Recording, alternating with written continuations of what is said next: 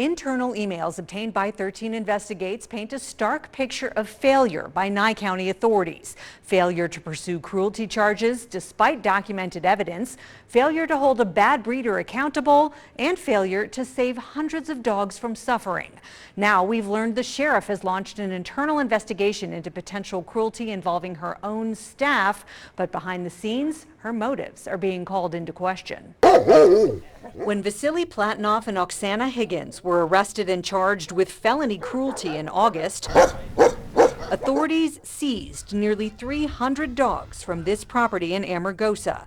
Platnoff had moved the animals to get them out of Pahrump, where for years he'd been in violation of a town ordinance for having too many dogs. There have been court processes for years relating to his presence here in Pahrump, which violates that town ordinance, and that is the reason that prompted him to move to Amargosa, was to try to avoid that town ordinance. But moving the dogs only moved the problem.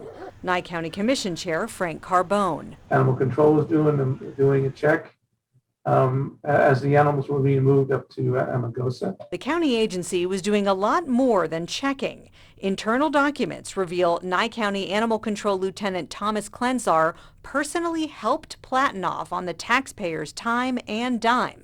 Particularly troubling considering Klenzar's own officers wrote up 235 counts of cruelty against Platnoff back in February in a case Klenzar later downplayed and the DA did not pursue.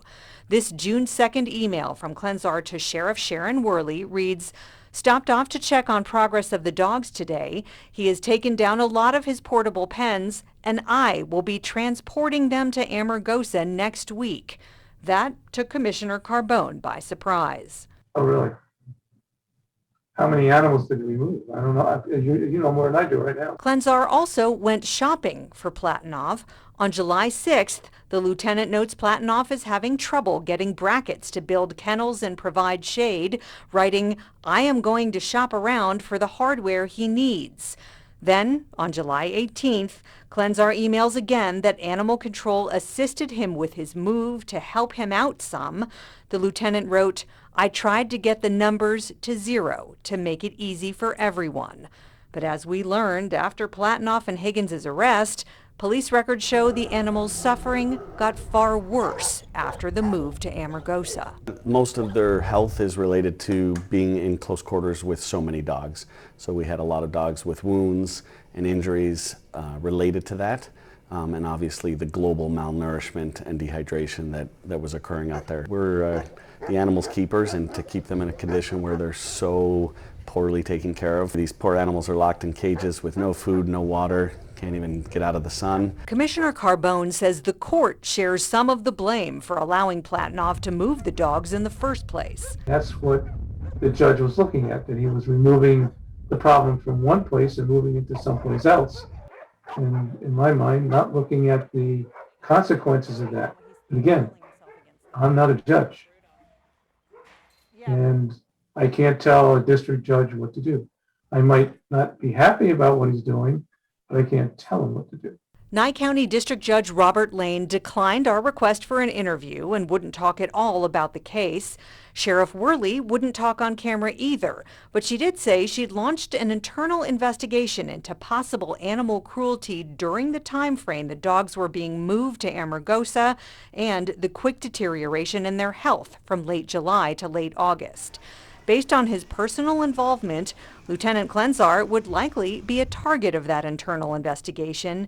He wouldn't talk to us either, but we did find a revealing email he sent to the sheriff on July 27th. He wrote, "I recently addressed the Russian dog situation and handled it for you to look good.